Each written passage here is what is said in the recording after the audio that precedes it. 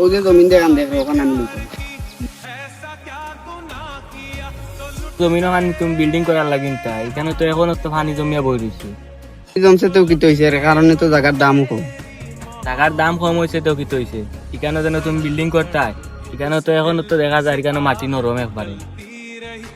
নিজেবেলা filing করার লাগবে, প্রচুর নিচে ফাইলিং করা লাগবে। কেন তোর বুঝা লাগতো না? তুই দেখ জমিন তোর পছন্দ হয়েছে কি?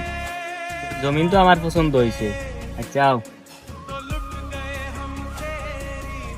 ভাই উনো তুমি যে তার কাছ থেকে জমিন লইতে চাইরা কেন কাগজপত্র কিতা সব ঠিক আছে নি? তুতা কোনটা দেখছি না, আমি খালি জমিনও খান দেখছি না। আমিও তুতা কোনটা দেখছি না, আমি খালি জমিনও খান দেখছি। এখনকার যুগের তো পরিস্থিতি খারাপ, কাগজপত্র তো সব দেখিয়া লইতে নেন জায়গা। খালি জমিন দেওয়া বা 8 টাকা দিবা ওটা করলে কি তো হইব নি? কাগজ তো দেখমু না, দেখে কি তার টাকা দিলে তার মানে এখান নাই টাকা পয়সা যেসা ভাই খুয়াইবে। টাকা খুয়াইলে বুঝিয়া খুয়াইবে।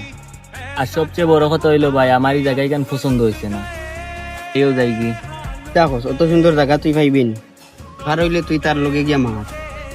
আচ্ছা তুমি জানো না বউ, আমি গিয়ে তার লগে মাতি আই।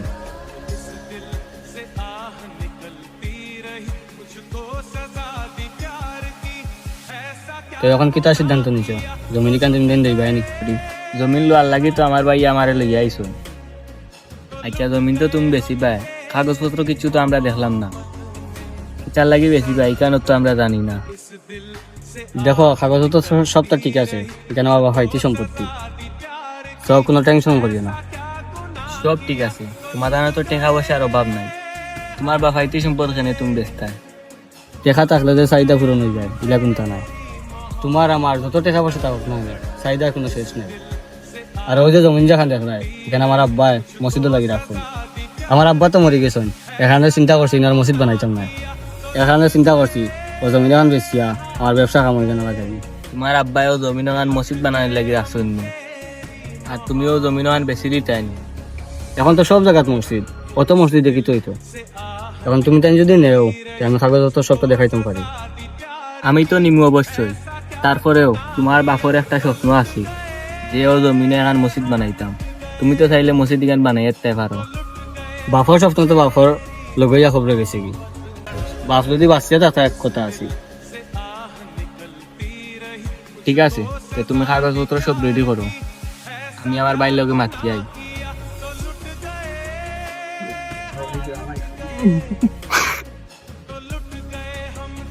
ভাই উনো যত টাকা লাগুক না কেন এই জায়গায় কেন আমার দরকার।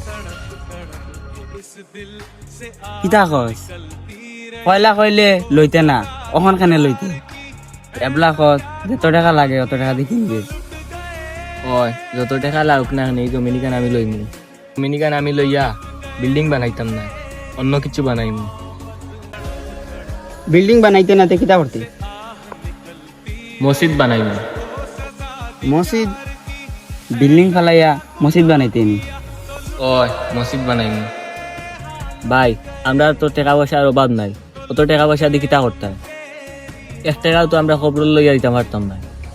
এই দুনিয়ায় তো আমরা বহুত তা করছি, আখেরাত লাগে কিচ্ছু করি, খবরও গেলে যে আমরা শান্তিতে রাখতাম পারি, এর লাগি তো দুনিয়ায় কোনটা করা লাগবে, এর লাগি তো দুনিয়াতে আমরা কিচ্ছু করতাম চাই।